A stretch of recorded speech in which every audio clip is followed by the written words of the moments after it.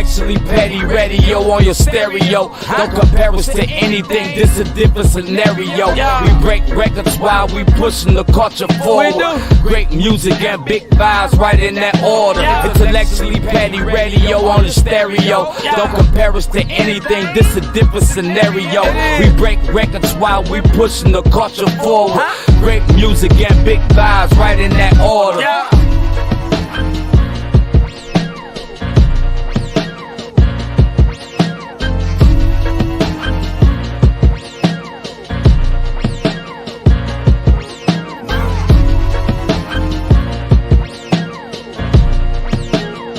And you are now tuned into another episode of Intellectually Petty Radio, brought to you by M3S3 Clothing. Men make moves and suckers stand still. And as always, on the mighty, mighty, mighty Nerve DJs Radio Network.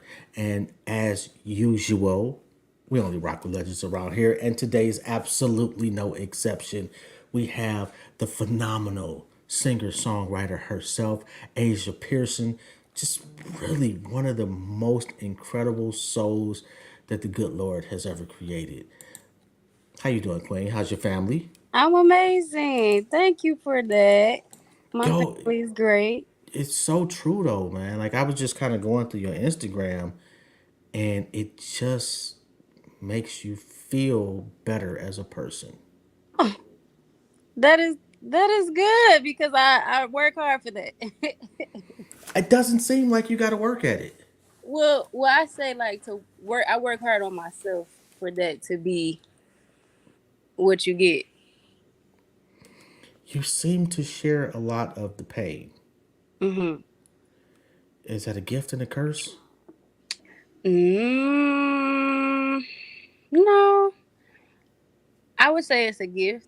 I just think that healing is necessary because once you heal, you have boundaries. So you know what is necessary to say and what is not necessary to say. Um, so I think that if you are just in a part of the healing and you still in like the beginning stages and you ain't really got the hang of how this really goes, I think it could get a little dangerous because you'll still be triggered and maybe because I'm an artist, I could not consider somebody having to have their story heard through my song because of what they did to me and not recognizing my impact on them. And then a song is released, people know me enough for people to hear, especially locally. So it's like, girl, people know you was with me, so they're hearing our business and I'm uncomfortable, Now you got the whole world saying I ain't shit. Right. So that at that point that could be very tricky and experience that a bit. But at this point, I'm just a little further along in my growth. So it's like I would just go about it a different way. Okay, so now that you further about it, and let's back up a little bit. What biggest thing you're healing from? Hmm. So I'll give you 2 points. So the beginning of my healing journey started at me facing and confronting trigger warning for everybody. Prepare your heart and your mind. I was facing childhood molestation. So it happened when I was between 4 and maybe like 4 and 8, with a few of my family members. And I finally had the conversations with them confronting the situation and went so totally opposite than what I thought it was gonna go. I don't know how I thought it was gonna go. I just know I was terrified to have that conversation. But I finally had those conversations in 2021. So I think that was the biggest one for me. Once I jumped out the plane on that one, it was just like, what else? What else? So I think now I'm healing from the residue that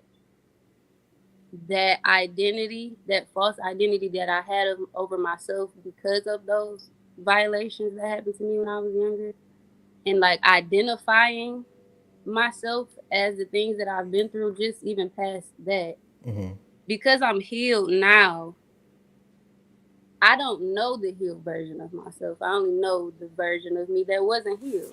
That's interesting. So to step into, let's say, a blank canvas that is like, no, you can do whatever you want to this picture. And it's like, but what do I do? Like, what can I do? There's so much freedom right here. All I know is to be comfortable with who I've been because I know her. Like, Yeah. I know her triggers. I know how she can react. So now I have to learn.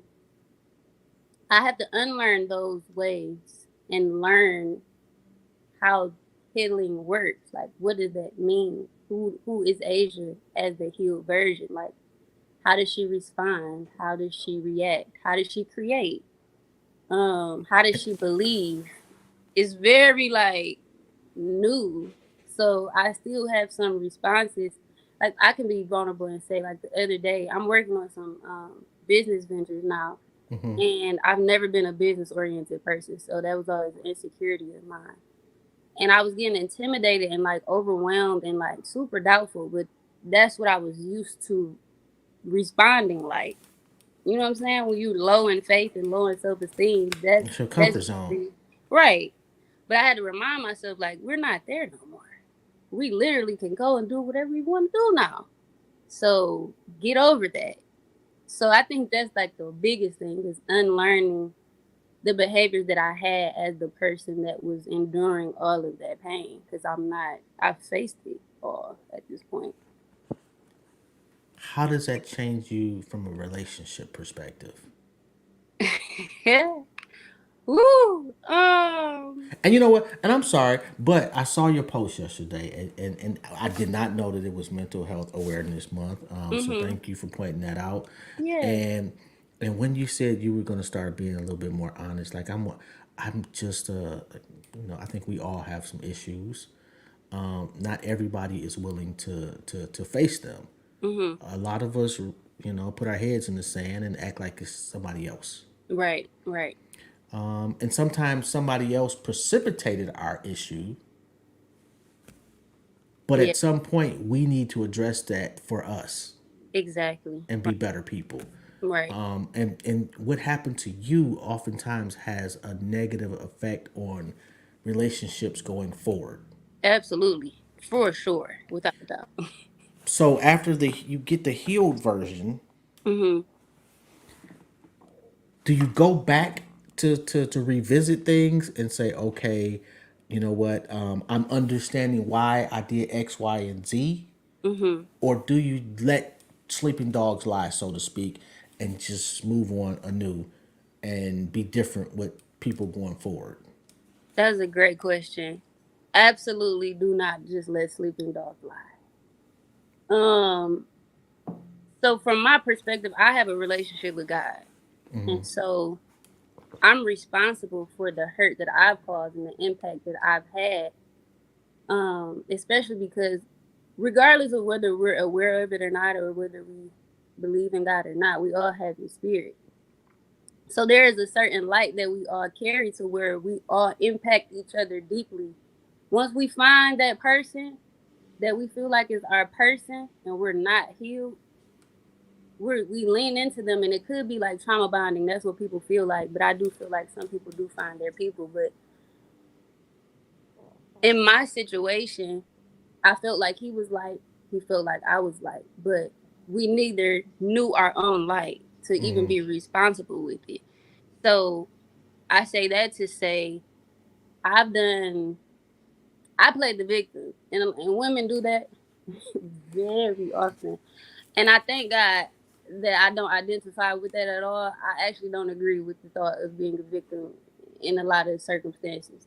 At this point, um, I had to take accountability for the reactions and the things that I've done because I knew his triggers. I knew the things that he has endured, but because he did certain things due to not being mature and aware of himself and having boundaries of his own and like holding himself to the same standard that he will hold me, it made me play the victim like I'm not a cheater. sir. So everything you do is crazy. I'm basically the perfect one because I don't cheat. I do everything you tell me to do. I do everything right because I don't cheat.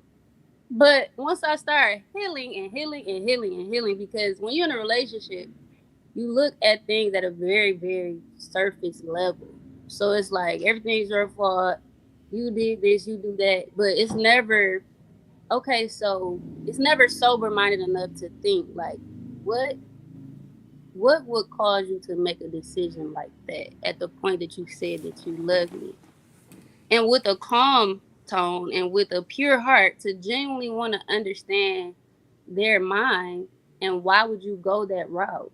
Because yes, it did hurt me, but there's a reason why you keep doing that. Nobody's thinking like that. Everybody just, you hurt me, you Yeah. this, you that, this is who you are. But it's like, I know it's not who you are because I see you. I see not just the potential, but I see who God created you to be, because you had a positive impression on my life to even just make me want to live again in a real way, like not commit suicide.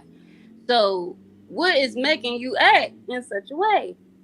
And so I left that relationship because of my triggers and because I hadn't dealt with the molestation, and I didn't realize how much of an effect that it had on just how I saw myself and how I made decisions, what I allowed, what I didn't allow, how I didn't fight for myself or speak up for myself. I didn't have boundaries. I didn't see any of that because I'm just you shouldn't have did, you did this, you did that. And because of all of those things being suppressed for so long, because obviously we don't talk about this stuff. You know what I'm saying? We just No. try to keep moving and I'm keep going. I'm curious though. Did he know? Yes, I told him.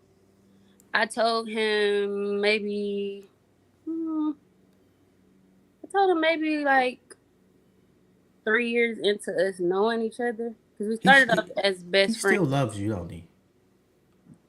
Huh? He does. I don't know. Yeah, you do. I mean, I would imagine so. That was my best friend. But in that situation, once I left, to get like to the answer to your question, I healed to the point, and this is recently, like this year, I had this revelation. Asia, you do impact people positively. Because it was hard for me to just even accept that and just accept compliments at all. To like, I don't have the power to do that. Why are you saying that? It's like, no, accept it because that's the grace that's on your life. And so it's like, okay, I'm gonna accept that, God, because that's a gift. And so at the point that you accept that you have impacted people positively, you have to accept the fact that you have really impacted people negatively. And so I accepted that because I could see it. I knew what he had been through, and just not even just him, people in general, like friendships, people that I just was talking to just because they would let me get my way and I was bored one day. Um, I had to apologize to a lot of these people recently, like literally a phone call, because I didn't see myself. I could not see that that was a thing. Like I couldn't even imagine that I could have that kind of impression or power over a person, but it makes sense. Like, you may not have been the contributor to the entirety of a person's discouragement, but you have discouraged them. If they saw you a certain way, if they made up in your mind you were their best friend for life, or they wanted to marry you, or you were the person that they came to for advice and encouragement, but they did something that triggered you and you cut them off, and you just had an avoidant behavior, you wanted them to feel like you don't care, and just all that kind of stuff, of course you're leaving a negative impression that could definitely impact how a person sees themselves and how they see life, and then how they see women and how they make decisions moving forward. So, because I've apologized to these people concerning these things, I absolutely do not agree with just letting people just be. Absolutely not. Especially because I'm trying to see God. At the end of the day, none of this matters. I don't want to get up there and he like, so you served me, but you didn't care about the people that you left behind. You didn't care to like fix that. I what? No, That can't be the reason. So how did that change your singing? Interesting. Um, much more powerful now. Much more confident, and not really just with my voice, just with my heart posture. Cause my desire through my music is to, number one, be a light, but to help people identify who they are if they don't have the words to identify what they've been through or what they've been dealing with. That I give them the words to say, or in the permission to just be vulnerable, because that is ultimately the true power. Vulnerability is strength. It literally is. People don't have the capacity to be honest and be vulnerable, but they have the capacity to act like they're not vulnerable, or they're not sad, or they're not broken, or they're not imperfect. It's like that's more of a weakness than anything. You know what? And I've said this for years. Like, and I'm sorry, my neighbor. I swear to God, I want to punch this dude. But I said that a man that doesn't cry is a coward because you're scared of your own emotions. Mhm. For me, like I don't think you should be crying because the seasons changed. But and I had a life altering moment in my life too. So like it made me more in tune with emotionally, Mhm. which I never was a crier. I never, I was super macho. You shouldn't be this way. And now it's like if my grandkids do something just really phenomenal, I don't have a problem dropping a couple. Mhm. If my daughters, they surprised me with this picture last year, and I'm like, "Roar," but that meant something to them just as much Mhm. as it meant something to me. I Mhm. don't feel bad. I'm not embarrassed about it anymore. You know, Mhm. I it just I don't know, man. Being honest with yourself changes everything. Oh my. It's like what? The things that I've been like the things that God have exposed that I've been lying to myself about. And it's like, have I been lying about that? And it's like, yes, you've been lying. And what's crazy is I don't know if you're a believer or not, but I realized that I was hiding things from myself and paying from myself to tell myself like you don't care about that no more. But you can't heal and you can't allow God to heal it if you're gonna hide it from yourself, because that means you're hiding it from Him. He knows that it's there, but because He's not intrusive and He gives you free will, He has to have permission from you to know that you trust Him to heal it enough to just say, "This is what it is." That hurt me, God. He don't really need you to dress it up and make it cute and nice and dainty and biblical and none of that. He just want to hear you say, "That man really broke my heart, and I really want to go bash all the windows of his house out."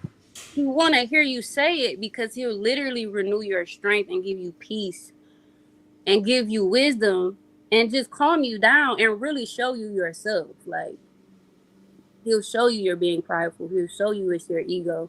He'll even show you like, hey, you're being inconsiderate. Do you realize the man is doing stuff because he's been through stuff?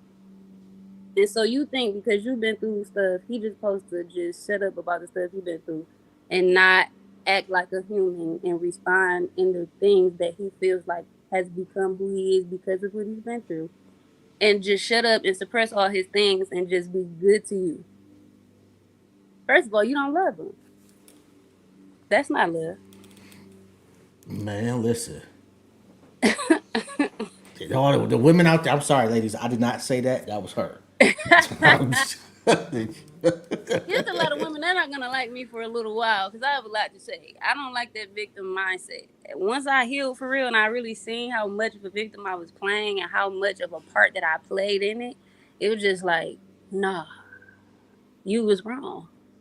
Although I will say this, and I have found myself being guilty of this much, being guilty of this too. Hmm. Some of us, and I know there's some type of like technical term for it, but some people search out victims. Absolutely. You know, and I don't mean victims to do like like prey. I don't know if I don't say prey No, you're on. saying it right. But you search out people that are professional victims. Put it that Hmm. way, Hmm. because you're looking to heal somebody. Yes. Mm. Okay. I didn't see that going that way. Yeah, some people like, and I had to realize it about me is that a lot of decisions I made is because something in me was searching for women that were broken that I I hear could that a help lot. fix, I hear that a lot. and you never fix them. I hear that a lot from men. I've heard that very recently from men. And God told me that that's called savior complex. I had never heard of that term, and I Sounds looked about it up. right though. Yeah, I looked it up, and then he says rooted in low self esteem. I didn't deep dive into it because it wasn't for me when he told me. It was for a specific person, but I think because men have been programmed to take care of, Yes. not to be taken care of. So it's like I just think that that's a thing that men think they're supposed to do. And because we've never been given tools or a blueprint or ever even seen somebody actually walk out a journey of healing. We've never heard it. We've never heard the conversations. We've never heard the thoughts to unlearn certain things and behaviors. So it's just like it makes sense for it to be an issue for men. I wish I could say more about it if I knew more about it, but I definitely notice it much more. And it's kind of interesting because I notice it more with the men that you would suspect would be the most confident and like very high self respect. Yeah, and I think a lot of it has to do with the evolution of women nowadays. And I don't know, I don't know if it's evolution or devolution. I don't know if it's going the wrong way. But like the stronger women become overtly, Mm-hmm. our nature is to take care of women. Yeah, right. So we have to look for cracks. Uh, mm, that is the crack though. It is the crack, but it's not something it's not something that's written on their face or you know The it, female, yes. it's So all over 'em. well, it's easy. Like say you see a woman that live in the projects, it's easy to say, okay, she broke. Right, I can fix her circumstances, right. and in turn fix her. Never works, but when it's something where she is a professional, victim, Mm-hmm. you don't see that immediately, but you get a sense of it. I get that. You know. So, what? Because you're a man, and I'm trying to understand it, because I really do want to understand the perspective. If you could fix a woman, what is that doing for you? Nothing. Like mentally, where does that take you? Like, what does that make you feel? It's actually dooming your relationship Mm-hmm. because either A, she never gets fixed and she takes you through hell, Mm-hmm. or B, you fix her. And then what? Right. It's like you built this nice fancy building, but now you need another building. Right. So and then the process starts. So it's like, you're never really, you never until You're not you really sad. figure yeah, until you figure out that it's you, Mm-hmm. and fix you, you just running in, on a treadmill So with I'm saying, stupidity. what if you could fix her? Like, you fixed her, y'all are good, life is beautiful. What But you would won't be that good. make you feel? No, I'm asking like in a hypothetical sense, Yeah, like if you in a could fix perfect world. her, if you fix her, she's no longer who you want Mmm. because you haven't fixed you. You are the problem. Ooh, that's really good. Wow. Yeah, like it's a whole Oh, I mess. hope that blessed somebody. Oh my God. That's insane. Oh God. I have my moments. No, that's good. That's really good. Wow. So, Jesus. when was Oh. the first time you felt comfortable on the stage? Um I was like 5 years old. I think it was my first solo in church, and I had to sing Mary Had a Little Lamb. Now we had five different solos. Same Mary Had a Little Lamb. And we all sat in the basement. We rehearsed it. It was me and like four other girls. And we like, yeah. And so I'm five, but I always had a thing for guys. Love the boys. Love the boys. So it's like the boys are around. So we gotta go crazy. We gotta sing this like SWV. So this is me in my mind. Everybody like, yeah, yeah, yeah. So everybody's singing it like all the us thinking we really could sing. To me, we did. We got on that stage. Everybody is. I'm like, what are we doing? That's not what we rehearsed. We was supposed to come up here like we knew what we was doing, and y'all not doing that. And so as soon it was time for me to sing, I went with the plan. And that was my first time singing though in front of people. So I'm not even caring about their response. It was the boys for me. So the room erupted and it got very extra, like, oh my God. Because I did a little run At 5. at 5. And I'm looking like, okay, that's not, I wasn't expecting that part. Because that's not the part I was looking forward to. But okay, I guess I can sing. That's how I felt I can sing. Yo, that's crazy. And looking at the clips of you, performing, you just look like you should be there. Oh, thank you. And I've it's only been a couple of times I think I've personally, like outside of Beyonce or some shit like that, but I'm never really, I don't say that too often. And it's not Thank you. just the pitch, it's not just the song selection, it's the dialogue with the audience. It's the knowing when to stop singing and when to really talk to them. Mm-hmm. Like you had them saying a prayer. Basically, Not too many artists, and I don't care what stature you are, can get away with that. for sure. That's a gift. Thank Yeah. you. What I found also very beautiful is you and R.E.B. Mm-hmm. Like just seeing y'all together, let alone singing. But I think you were getting you were styling her. Mm-hmm. Just look, y'all out at the mall, and just the interaction. Like, talk to me about that relationship because it's just a beautiful thing to Oh, that's see. so sweet. Okay, so that relationship became a relationship because I started a accountability group for faith and just personal development in my close friends last year.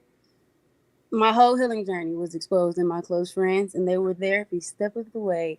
And so that's how we became friends. It was through Instagram because she joined the community. And then the song that she performs, I co-wrote. Um, so we had that bond. And then I'm also a stylist, image consultant. So as her friend, I'm gonna forcefully step in because I know that I want you, and you know you want you to look your absolute best. So that's what that video was. Just one of the many times that I have styled her. But I love Ari. She has grown so much since the time I've known her. She wasn't as confident in her voice, not even just singing, but just her voice, period, as like a person yet.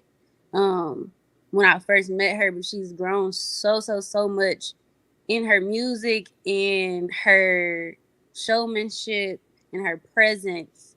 I'm just so honored and just grateful to be her friend and grateful to be a part of her journey of her growing into an artist. That was Yo, her first song.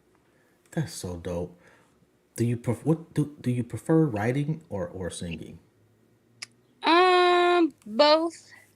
It depends if we mean writing as far as like writing for other people. Yeah.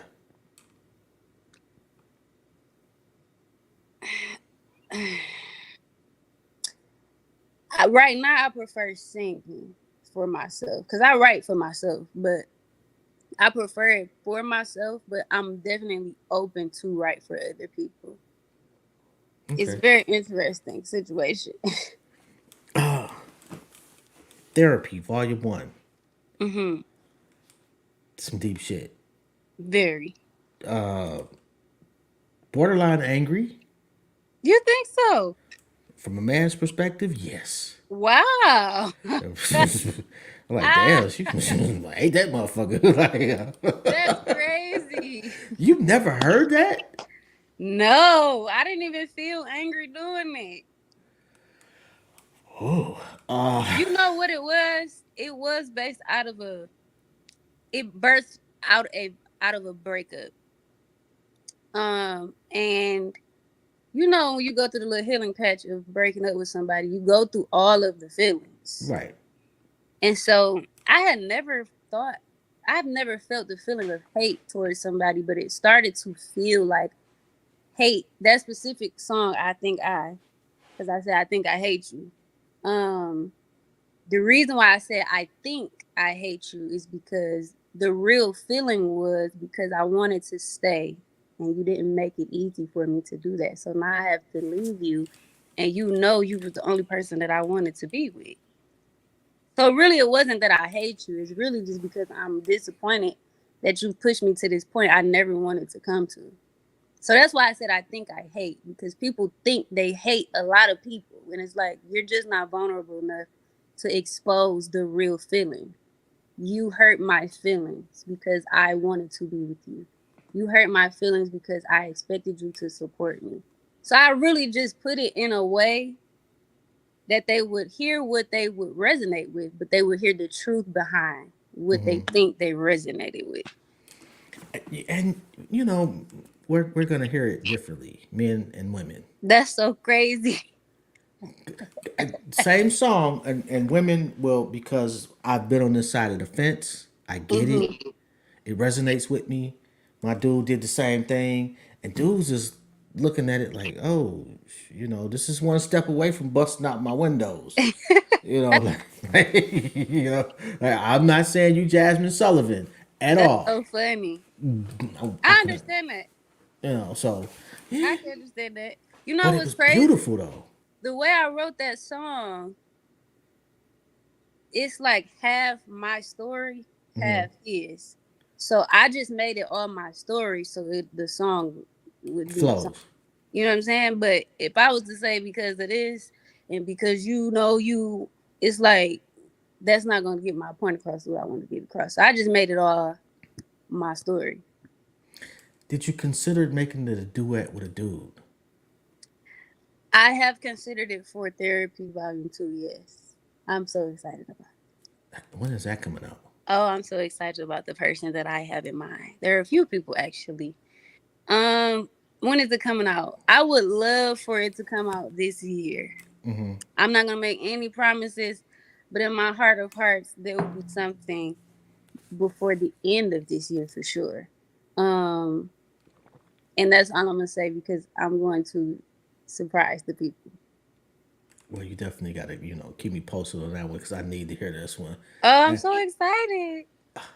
How Have you started on it yet? I haven't. I plan on starting on it within the next month and a half or so. So we'll be working on it until fall. What's the writing process for you? Um, so I don't. Maybe sometimes I'll physically write, but everything is kind of like freestyle. It's kind of weird. Because the situations are so near and dear to me. Mm-hmm. If the beat connects with me, everything that I want to say is gonna connect with it. It's literally gonna take a life of its own. Like I think I was actually like a full blown freestyle. So that's pretty much my writing process, and I don't really like a lot of people around. I don't do a lot of co-writing either. It's a little uncomfortable for me. It's very much so an uncomfortable space. I do want to explore it just because collaboration is everything, and God created many of us to be able to do a lot of the same things with different gifts and different like uniqueness to it. Mm-hmm. So I'm open to seeing what could come of that. But for now, I think I may have some people co-write some stuff. I don't have a choice actually for volume 2 because I'm gonna have like some features. So Anything we can know about now? I can say that me and Eric have a song. Eric. Bellinger. Really? Yes. Oh. And you know what? Yes, that's all I'm gonna say. That's all I'm gonna say. Oh, that's fire though. Yes. I'm sitting here. I'm a big Dre Sconey fan. I love Trey. That would be fire too. You know what? I think I remember him asking me maybe like years ago though. I wasn't even doing nothing yet, but I don't mind visiting that idea. There's That a would be couple guys here fire. that I don't mind. Do you know who Asaka the Renegade is? I do not. So he's a rapper from Detroit. Like I need him to blow all the way up. I need him to blow the world up because the talent and the gift of it all is kind of like how are we compressing him in Detroit? I don't understand how we're keeping him away from the world. But I've done a song with him. He's done a feature. Um, he actually did a feature on how we got here. It's not out. I don't know if we're gonna put it out. I think it deserves to be out. Mm-hmm. So we'll see how that goes. But yeah, I have a song with him. I have a song with a guy named Alexander Courtney. He goes by Buddy Brown. But his artist name is Alexander. But he had an EP that I also did a feature on. So that's just like a couple people that I've done features on that are males. Mm-hmm. Yeah, it's actually a few of them. Now that I'm thinking about it. How do you choose? Relationship. They were like friends. All of them are my friends. So usually when you're friends with somebody, it's just like, hey, come over. I have a song. And it's like, all right. But now I'm much more intentional. So it's like, send me the song. If the song and I agree, then I'll do it. If not, we have to do our own song. So yeah. How do you choose a producer? Um. So for therapy, there were three. One of them was my older brother. Um, he posted a beat on Instagram and I just heard it and I'm like, send me that, please, immediately. And I think that day I recorded to that song. That was Maybe I Need Therapy. That was Mm-hmm. therapy. Mm. That's Um, fired, by the way. Thank you. Um, there's a guy named Jupiter from Detroit as well. Um, super, super talented. I also know him through family. Um, where did I think I just reached out and asked him to send me some stuff because we were working on it. the EP, and that was When I Leave. And then there's another guy, his name is Hicks. From here, I didn't know him. When I met him, I was introduced to him. But that was How We Got Here. There's actually four. How We Got Here, I Think I is Hicks. And then there are two guys in California that go by Southwest, and they did Tired. So it kind of was, I go by sound because I know Mm-hmm. what I want to hear. I don't really like a whole bunch of like, I don't know how to explain it. Like it just has to feel like R&B. And I grew up around jazz. My grandfather, his name is Perry Hughes. He is a jazz guitarist here.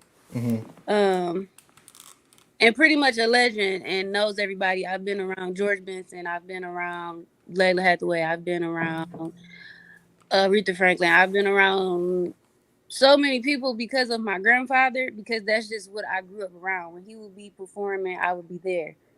So I hear music in a very jazzical way, Mm-hmm. but I'm also a bit urban. So I just know what I want to hear, and I don't hear it very often.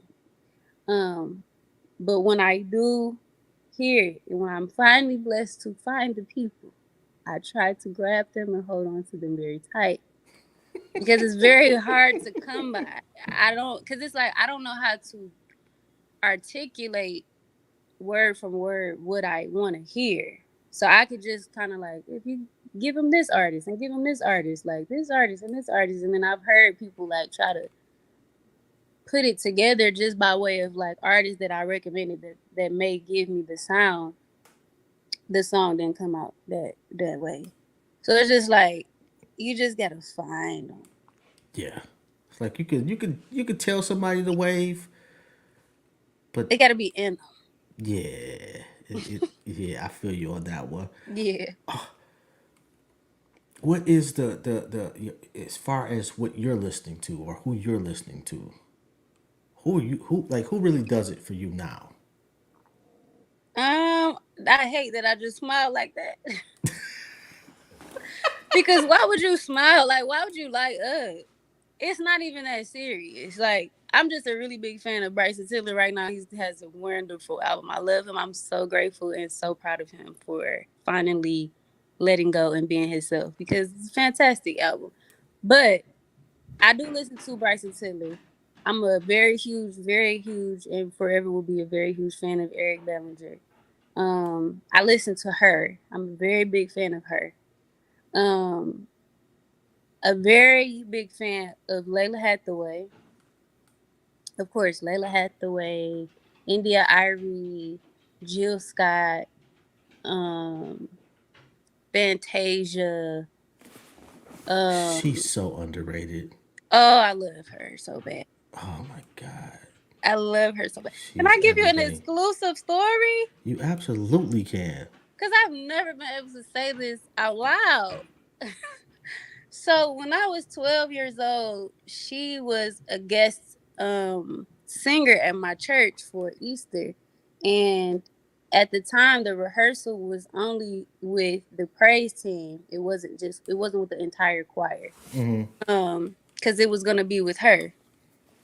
So I knew that, and so I asked my pastors at the time, and they're my godparents. So I'm like, can I come to the rehearsal? And they like, yeah, come to the rehearsal. So I was the only kid there.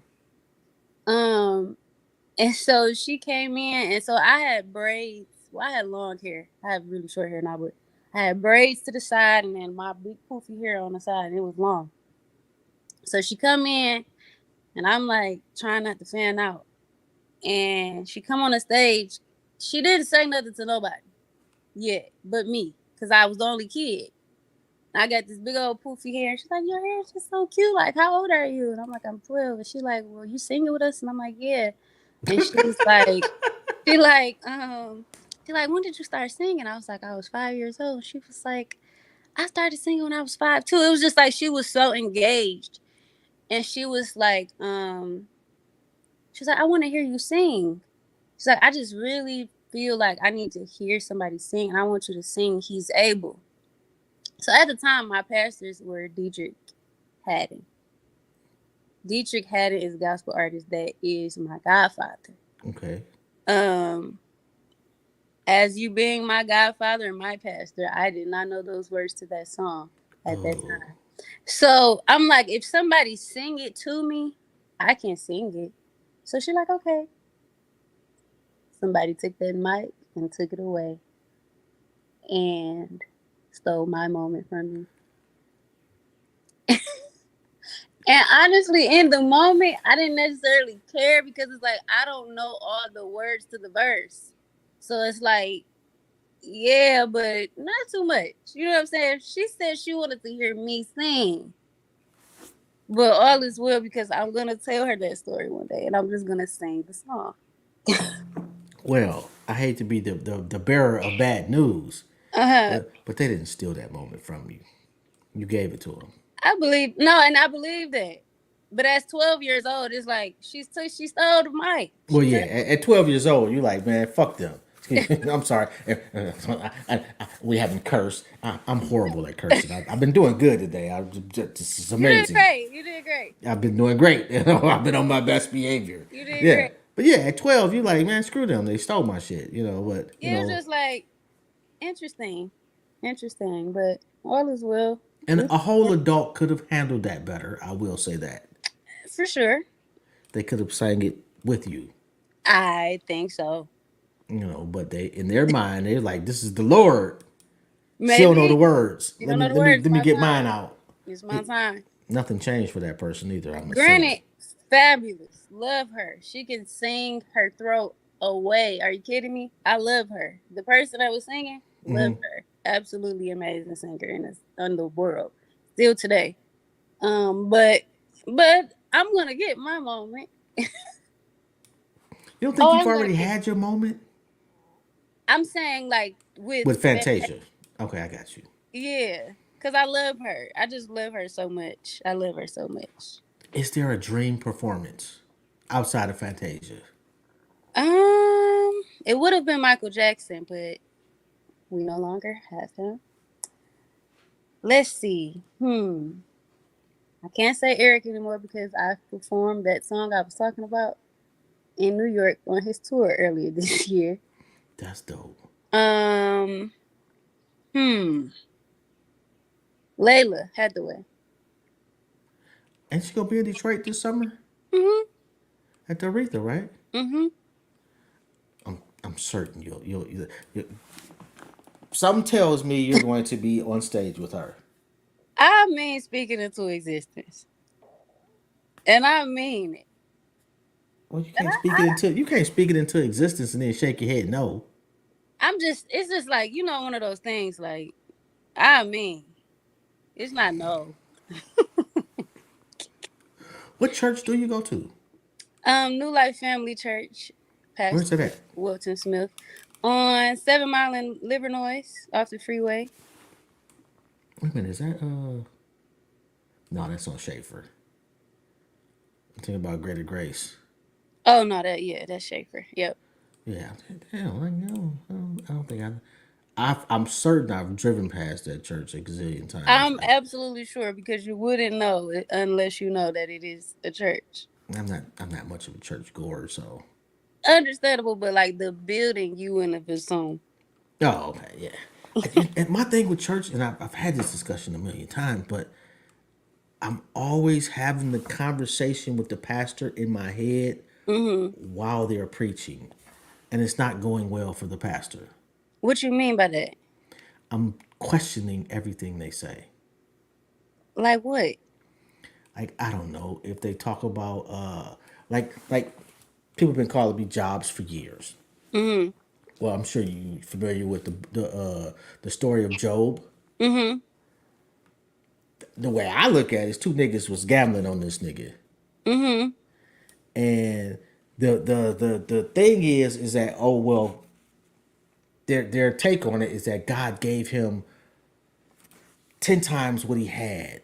You Mm-hmm. can't replace your fucking kids. There is no 10 times your kids. Yeah, no. You know, but that gets lost in it. Like you took this man's whole family Mm-hmm. and gave him another one that he's supposed to be happy with. Right.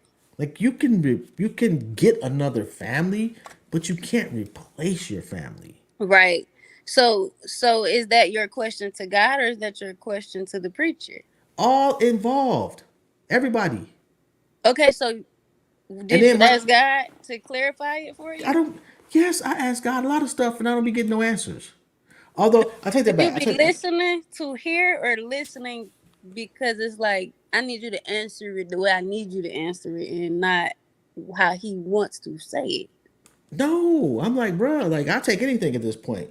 it? The stuff that I be getting is horrible.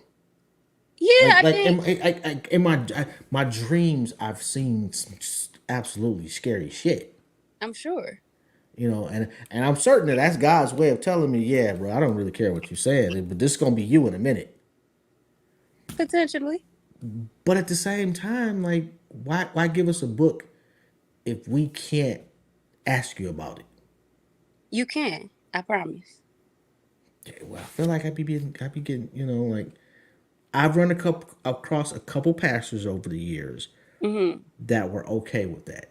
Mm-hmm. Generally speaking, most of the pastors I've encountered take exception to any questions that you have, Mm-hmm.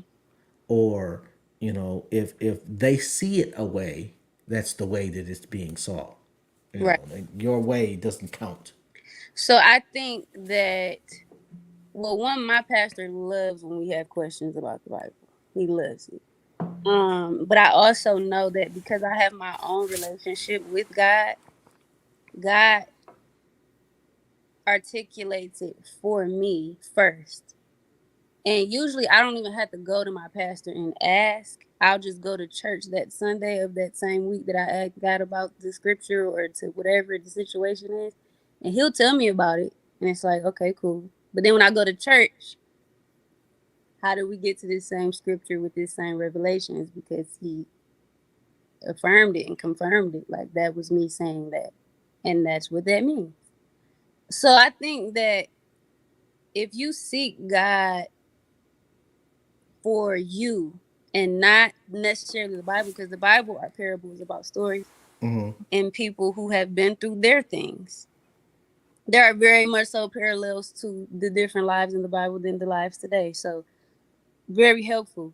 But I think that if you go to him for yourself concerning your current state, to speak to you about your current heart posture or your whatever is on your mind concerning just your relationship with him, rather than clarify this Bible. I think to clarify the Bible itself at just all at one time, and you don't have the depth of the relationship yet, you won't get the revelation that you're looking for because it's so much, and it'll only come alive because that Bible has been alive for me, and I mean it's been getting a little like, oh, so God, you really real, and this is really your word in a real way because this is getting weird. So, and I only learned that on my healing journey. Like I want to say, it was the story about Exodus when Moses goes into Egypt, and God said, "Let his people go, Pharaoh." He ready to let them go, and he sent the plagues because Pharaoh was hard headed. He wanted to do it, and the people got free, and the people was free now. And then the people start getting bored and stalling out, Then they and, start and, complaining. and they start complaining, and they start getting bored, and then they start having sex, and then they start getting drunk, and then they started to create a God out of their jury because they felt like God was taking too long because they were distracted and they didn't have patience to wait and hear the next instruction. That's a really polite way of saying it. Although they were free from bondage, they were used to their bondage and they were accustomed to, no, we get the pig slap at 12 a.m. on Tuesday night, every other Tuesday night, but at least we know we get that pig slap. You know what I'm saying? Like, I want to go lay back on the ground in the brick house where there were no covers, even though at night it's below zero, because I know I can go in there. I know where it's at. I don't want to be out here in this desert and it's hot, ain't no food. Like, what we doing? Like, and it's like, but I freed y'all from bondage. So maybe you should be asking me, who do I become here? What am I to develop in this space? Because you put me here for a reason. Maybe you're trying to purge me of the things that I think I am based off of the things I just left. So I'm saying this because this is my healing journey. Mm-hmm. I got to a point where I basically put myself back in bondage. When I got free the first time, immediately went back. It was insane. I went and faced the childhood molestation. Cool. And then all of a sudden, because I did expose. I'm not gonna use certain words. I'm gonna try to be a little bit more understanding. I did expose and put light on perversion. I'll say that. At the point that I freed myself from it. So that means perversion is out to get me because how dare you turn away from me? I I got was one. I'm controlled. sorry. I got one question. Mm-hmm. Were those people ever punished? Who? The people that did that to you. I think that to a certain degree, yes. And I guess it could be punishment, but I'm gonna just say yes.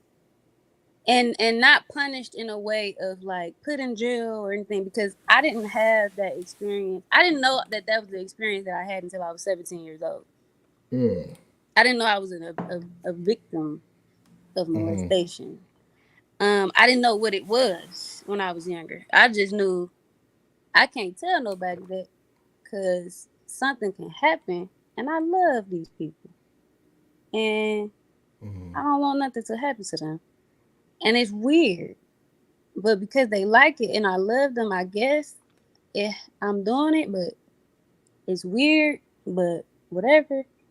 So I wasn't able to identify that it had a name until I was 17. I was watching a documentary and they were talking about it. And that's when I was like, my mind was like, it was like the Matrix. That's everything slowed down.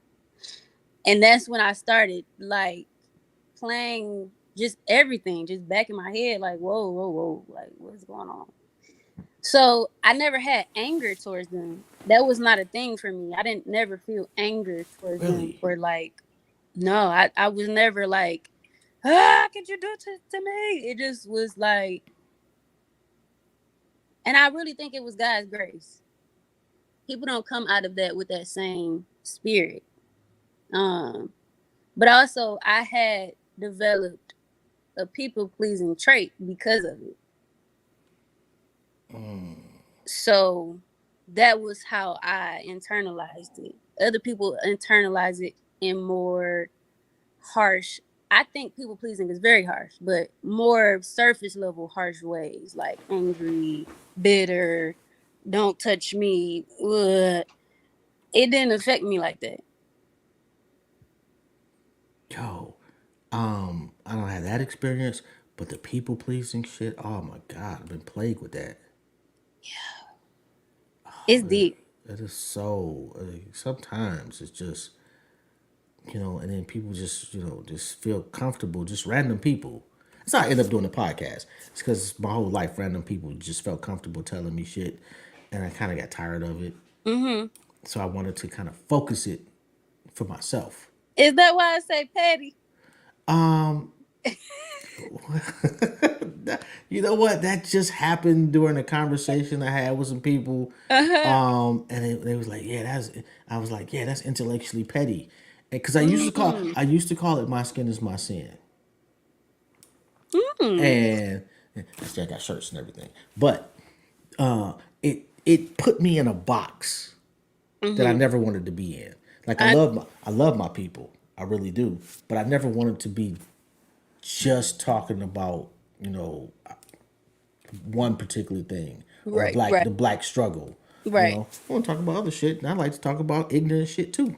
Right. So I didn't want I didn't want people being like, oh, if you talk about some ignorant shit, oh my God, he's sold out. Well, so that's kind of how we came up with intellectually petty, I understand. and it kind of fits. I'm a I, petty nigga. understandable. I've been through life enough to understand why what happened. Yeah, but the people pleasing is like really burdensome. It really is, and I feel like it births from a place of, well, I'll say for me, because that's what the molestation is, what it was rooted in for me.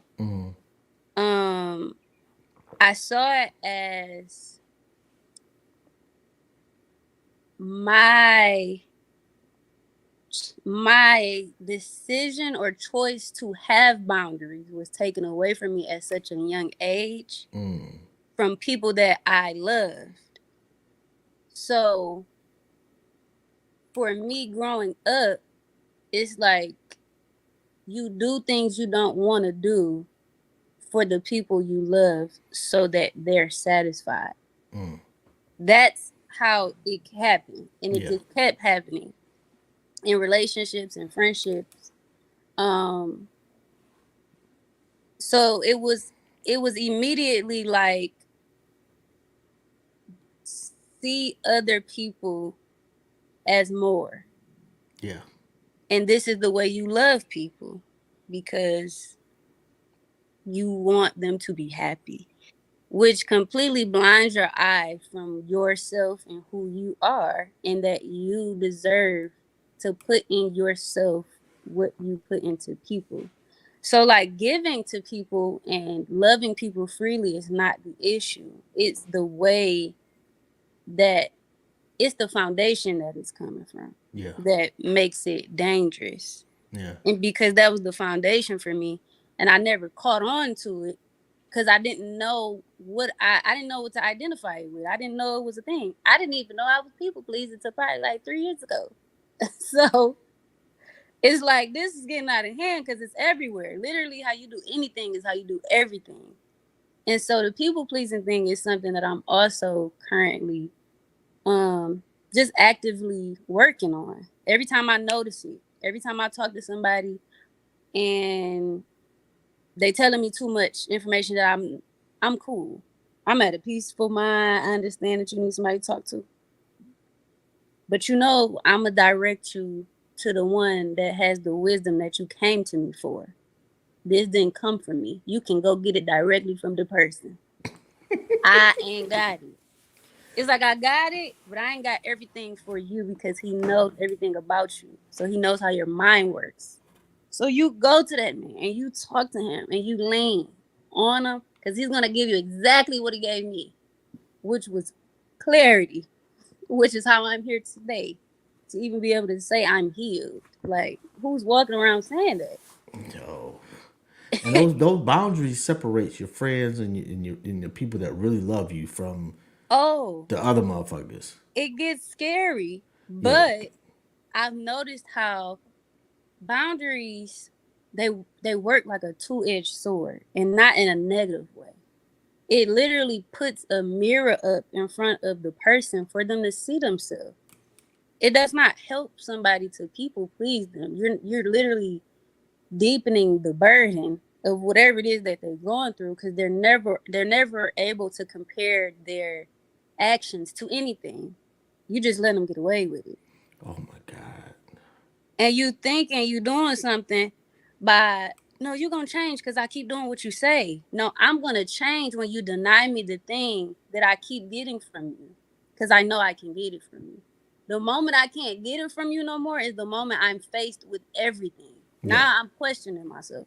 yeah, Now what you do with that question that you asked yourself is on you. And I pray to God you seek it in a way that you can grow from it, rather than beat up on yourself and just self-loathe and write off. I don't want that for nobody. Like, I learned boundaries because of a relationship that it's not a relationship, but I was dating somebody last year. He had very serious boundaries. Oh God.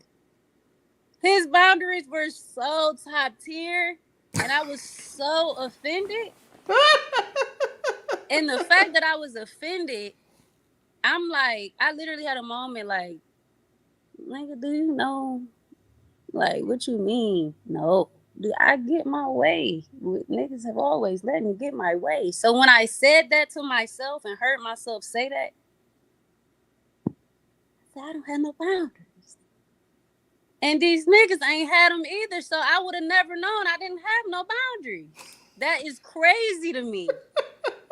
And because the guy that I was dating at the time, I respected him so much because of how much he respected himself. It was like, I don't have a choice but to have my own. And I'm not going to cut you off, and I'm not going to be offended to the point where, like, you're done. Like, I get my way. It was like, no, I need more of what you have. What more? What else? Give me more, because I want to grow up. This is crazy. I didn't even know I didn't have boundaries. I didn't even know to have them. So it was like, the moment he said no, and the moment my ego was like, oh, girl, we need to leave here. I didn't even know I had an ego problem until that moment. Oh, ego crazy. When I look back on my life and factor in my ego was nuts. Yo, women don't even consider that. Oh, my ego is insane. And yo, and you know, like, and I'm sorry we went over. No, it's fine. But what really, like, if you cheat on a woman, oftentimes, and I'd say more times than not, the most important aspect of that cheating is what the other woman looks like. Say that one more time. The most important aspect of you cheating on a woman, oftentimes, is what the woman you cheated on her with looks like. If I cheat on you with some 400-pound booger bear, Jesus. she's gonna dump you. She's gonna dump me instantly because you cheated down. It's disrespectful. If I cheat on you with Halle Berry's sister, well, I can kind of understand that. Jesus. It's just not like, hey, you cheated. It's like, oh yeah, no, it's not like you cheated. It's okay, did you cheat up or down? If she feels you cheated up, odds are, not with That's everybody, but odds are y'all gonna work it out. More importantly, she'll work it out. I totally agree for them type of people. I've seen it done for that specific demographic of women. As for me in my house, don't do that. Don't do that. Don't do that. Don't do that. Now, what I will say is, I can't say I'm gonna leave, and I can't say I'm gonna stay. I don't know what I'm gonna do. But before I was this person, I mean, I've always been a like mindful. So I'm like, what's making you be doing that? I don't understand what's happening. Like, help me understand what's happening to your brain. I don't get it. So it was more of like a mental thing that I was trying to understand that would even keep me to like have the strength to like see it through. Cause it's like, I'm trying to understand where you at. Cause it can't just be me at the point that you having these type of issues. I've never been cheated on, but I could imagine being put in that situation and feeling like that. So I don't really know when it comes to the women. The humans be humaning. These thoughts that be going through people's head, I've heard very colorful, imaginative answers about a lot of things. And I just be like, wow, we are really unique people, because I would have never even fathomed that specific answer you just gave. So I don't know. I can't speak for everybody, but yeah, no, don't cheat up or down. Cheating, let's let that be for the people that Ain't got no self control. I mean, if I gotta be cheated on, cheat on me with some superstar. I've heard that too. Like, Don't I do it. make it understandable for me.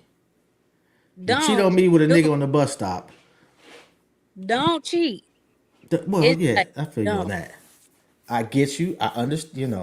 But from I'm older. From a practical standpoint. No, and I understand. It's like at the point that you cheat, okay, you cheated. Now it's like I have the capacity to sit here with you and talk to you about what happened to you and what did you see in your life that's making you think that this is something that you should be doing. Because I'm not going to stay unless you're willing to do the work to outgrow that immaturity. That's immature. Why are we doing that? You could just be single. But no, you think that you're not enough, and that's the problem. When you see yourself as not enough, you're gonna see life as that. So your relationship's not gonna be enough. So you're gonna go somewhere else. Exactly. So it's like let's get whole. And if you have enough energy to go cheat, you have enough energy to go get whole. And if you don't, that's when I'm leaving. I'm not gonna give up right off the bat because I understand people don't have the tools to get there. But if you don't make a decision to do the work to unlearn this stuff that you've acquired over time due to whatever has happened to you, I'm definitely leaving. Absolutely. You are so much better than me. That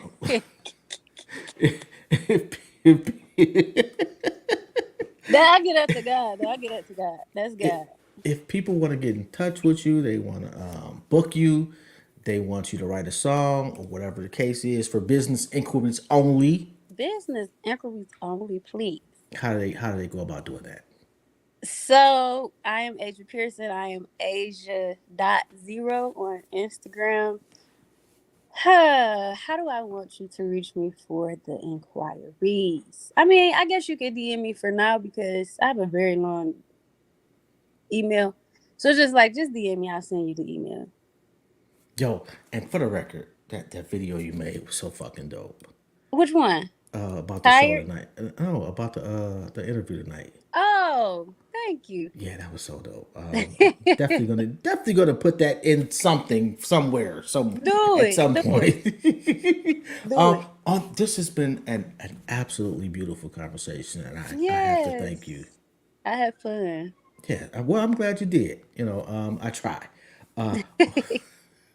You are welcome back at any point, at any time, and if there's anything I can possibly do for you, I got you.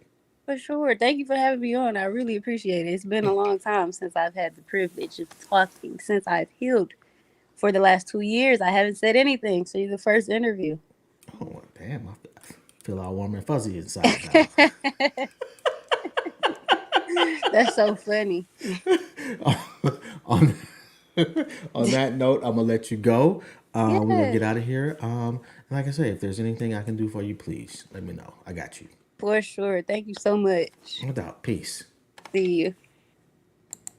Yo, that was absolutely a very honest and beautiful conversation with the phenomenal Asia Pearson. Do your soul and your ears a favor and go look her up on YouTube and check out some of her music. Therapy Volume 1 is just a beautiful piece of work, a very honest piece of work, and the sister can sing. On that note, this is Jobs, and this has been another episode of Intellectually Petty Radio. And let me see who we got next week real quick. Oh man, Chantel Nelson and Demetrius Kerrigan, yo, definitely should be dope. And don't forget to go back and check out the interview I did at 5 with Marv One. Shout out to Etta Lucas, man. Definitely appreciate you for tapping in. And Miracle Ezekiel, it said, I'm going to be honest with you in my own humble opinion without being sentimental, of course, without offending anyone who thinks differently from my point of view, but also by looking into this matter from a distinctive perspective. I would like to say I have nothing to say. That was a whole paragraph to say nothing. Shout out to you, Miracle. On that note, we out of here. Peace.